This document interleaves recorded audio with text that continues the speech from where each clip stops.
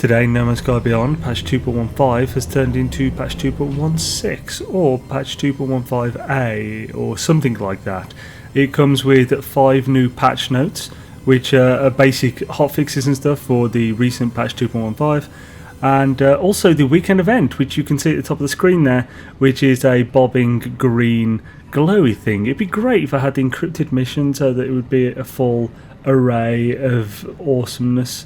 But anywho, quickly, first the patch notes. Fixed an issue that prevented glyphs being entered into portals more than once. Now, yeah, this issue came along with patch 2.15, and obviously with portals being just so ingrained in everything we do now in this game, it became a real big issue, so that's sorted. Fixed an issue where portals featured in missions would not activate. Another portal issue fixed. Fixed an issue that prevented communication stations from being placed outside of bases. That is one that has been around since Beyond was launched. We begin to think that that wasn't actually a bug, but they fixed it, so it was a bug, and now we can put comm stations out again, which is great, and especially epic for all the multi-tool hunters and people looking for the multitools that people have found, as well as crashed ships. So people haven't got to build bases there now, which you could only do if you've travelled there by warping. Anywho, that's great.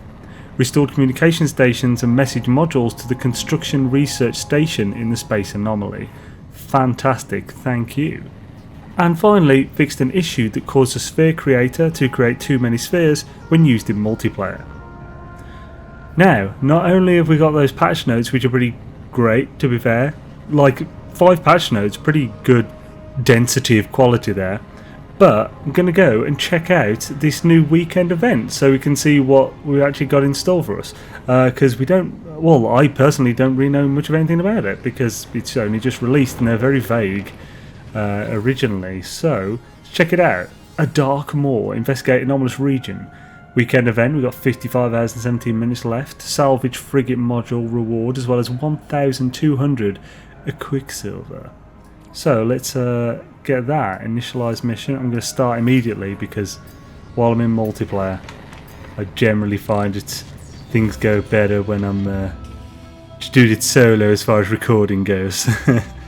That's not my ship. What was I running over to that? Where is my ship? Oh, there it is. One might think I'm on a save that I don't regularly play, as shown by those 3 Quicksilver icons bobbing up. So the first objective for A Dark Moor: acquire glyphic coordinates from knowledge stones, reach the target planet to begin search. So let's have a look where his target planet is. Shabba, here we go. It's way over there. Which planet is this? Ooh, Dead Haifa. I wasn't even sure which system I was in on this.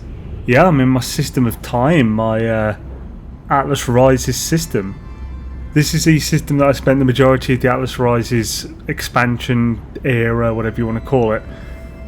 And it's within the second iteration of the Galactic Hub, which is very close to the current one now, and was the one before this. We moved to what is there now in the next. The system of time was the primary location for my original stasis device farm in Atlas Rises, where all the farming guides originally came in. Maybe. I've been watching South Park, ignore me.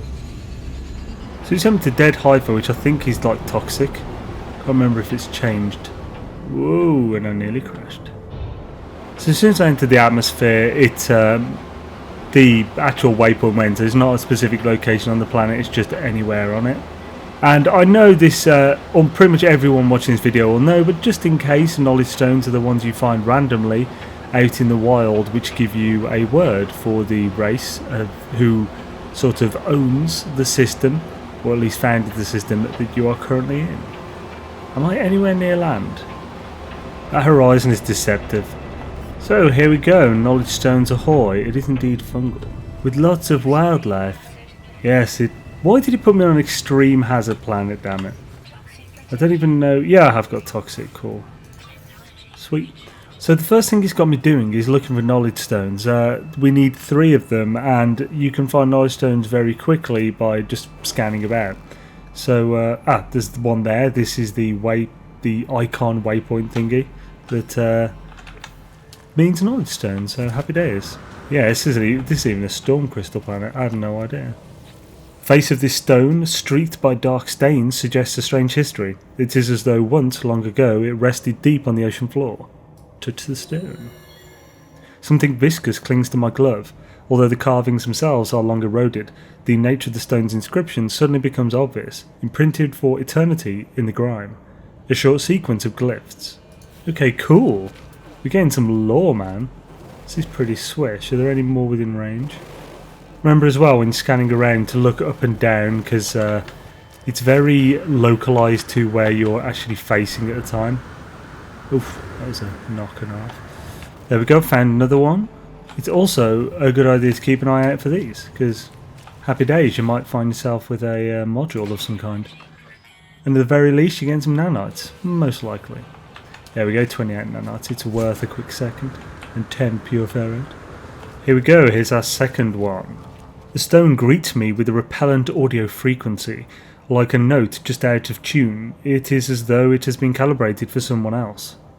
Touch the stone. Relief sweeps over me as the pitch of the sound bends, becoming a pleasant and harmonious musical chord. In my mind, each note of the chord associates itself with the shape of a glyph. Cool. That's pretty weird and funky.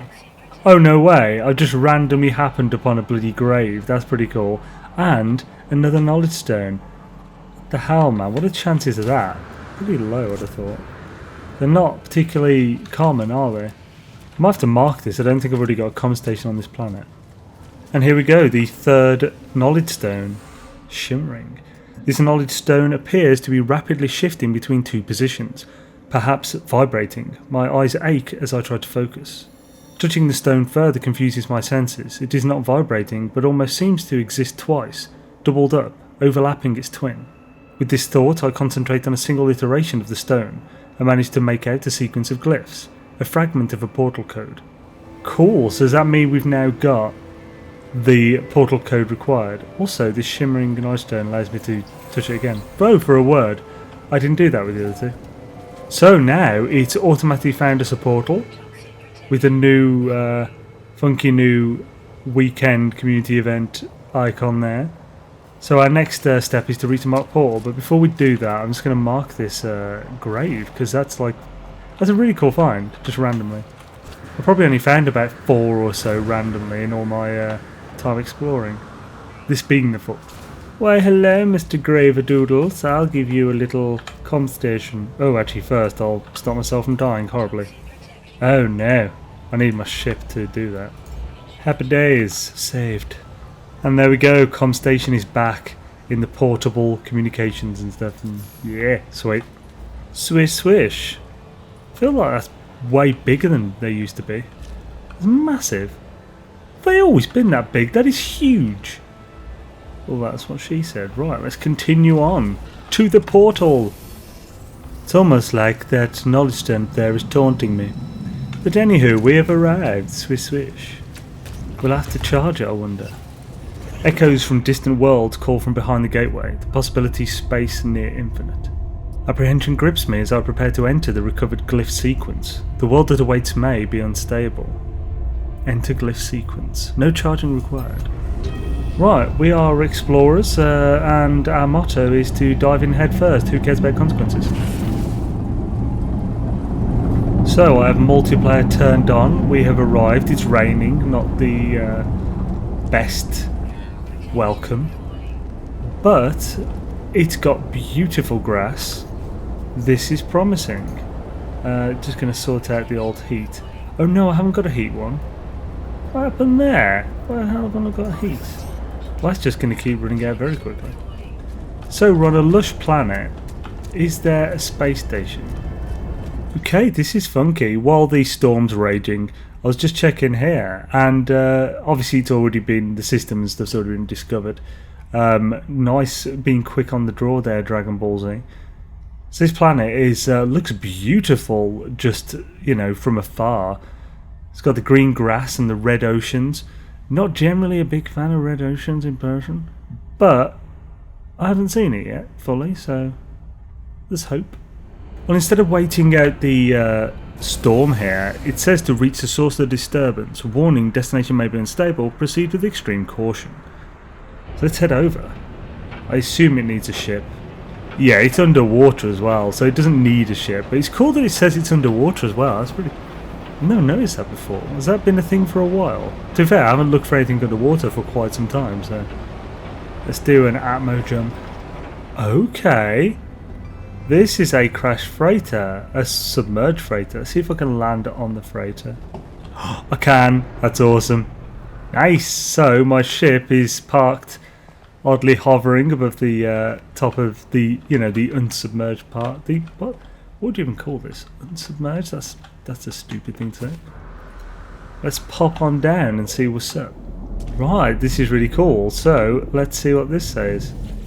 The crash site stinks of burnt metal and smouldering flesh.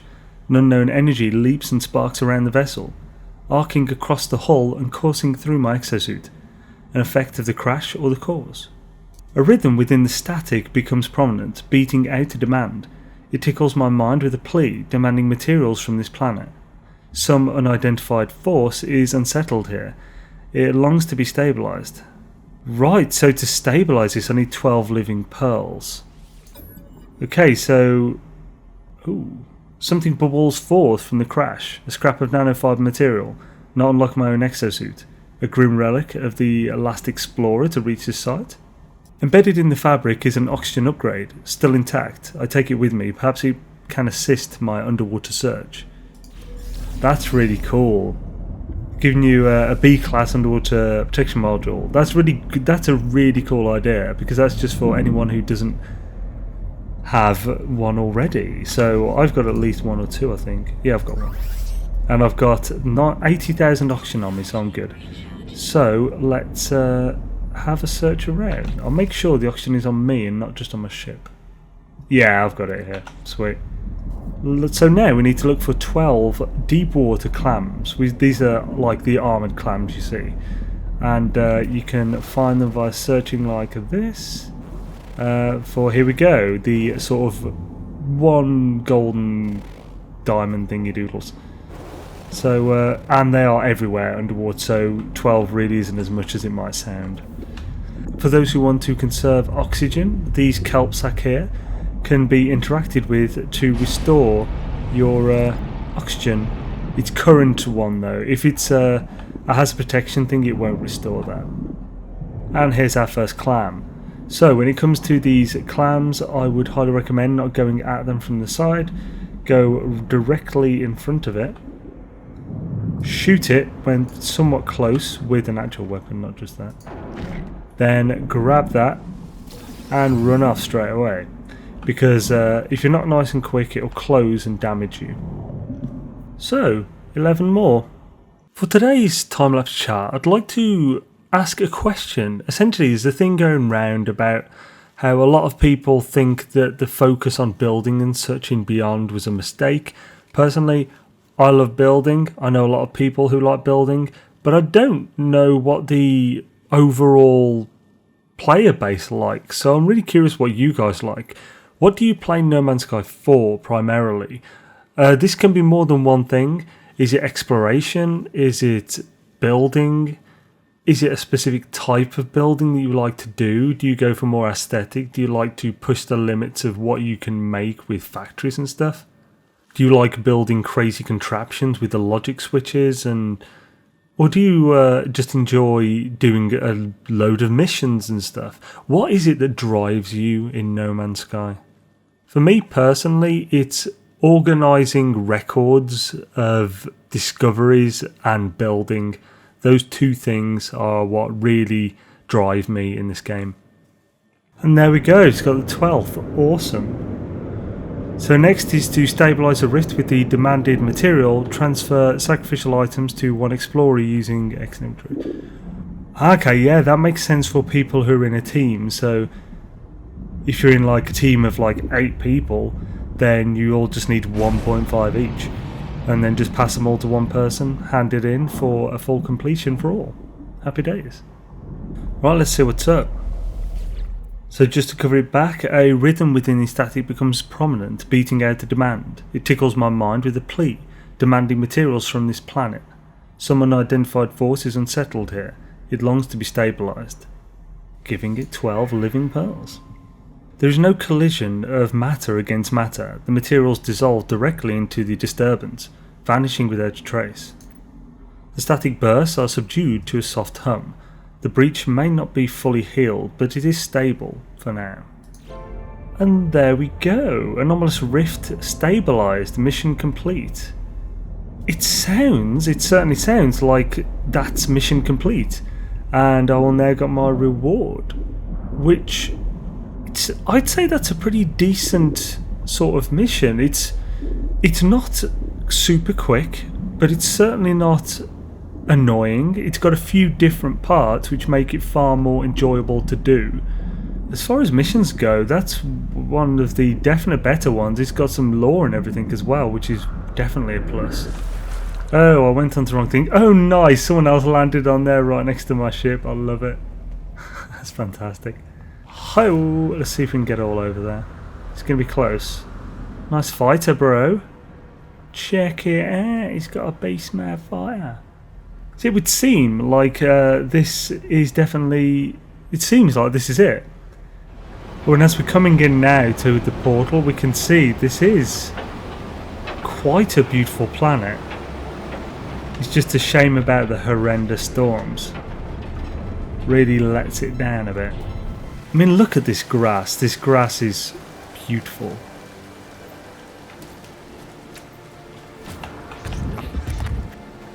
Almost seems sad to leave. I hope I can get back here.